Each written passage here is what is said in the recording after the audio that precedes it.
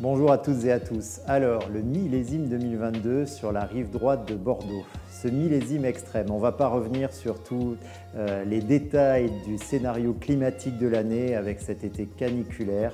Oui, c'était un millésime extrême, mais au final, à l'atterrissage, les vins sont tous sauf extrêmes. Ce sont de purs vins de plaisir qui présente une définition tannique absolument inédite. C'est un millésime qui a marqué les écarts entre les terroirs et qui, malgré son profil solaire, a permis à chaque propriété d'affirmer son style, son identité. On a des partis pris très affirmés en 2022. Saint-Émilion en particulier tire son épingle du jeu en 2022 et c'est une bonne nouvelle parce que, comme vous le savez, il y avait un nouveau classement. Nous sommes d'ailleurs aujourd'hui au château de Ferrand qui était déjà Grand Cru classé. On les remercie de nous accueillir et ça fait partie des réussites du millésime. Saint-Émilion est tiré vers le haut par ses grandes étiquettes classées ou non classées. On pense notamment à Cheval Blanc ou à Figeac qui réalisent des réussites exceptionnelles.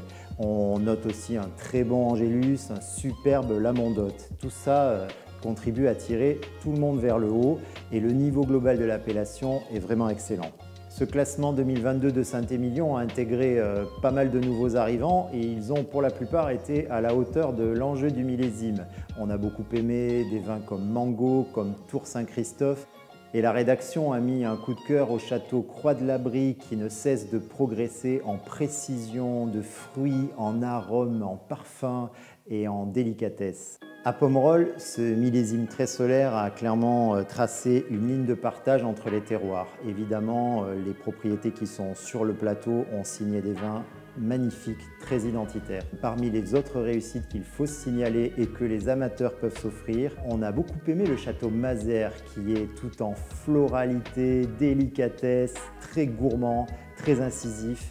Et le château Nénin qui ne cesse de progresser, plus structuré mais tout aussi élégant. Ce millésime 2022 regorge enfin de pépites sur les appellations satellites, sur les côtes de Bordeaux. Je pense notamment à Castillon.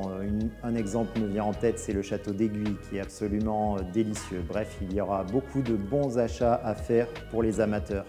Toutes les notes et tous les commentaires sont bien sûr à retrouver dans le magazine Terre de Vin. Santé et vive le millésime 2022.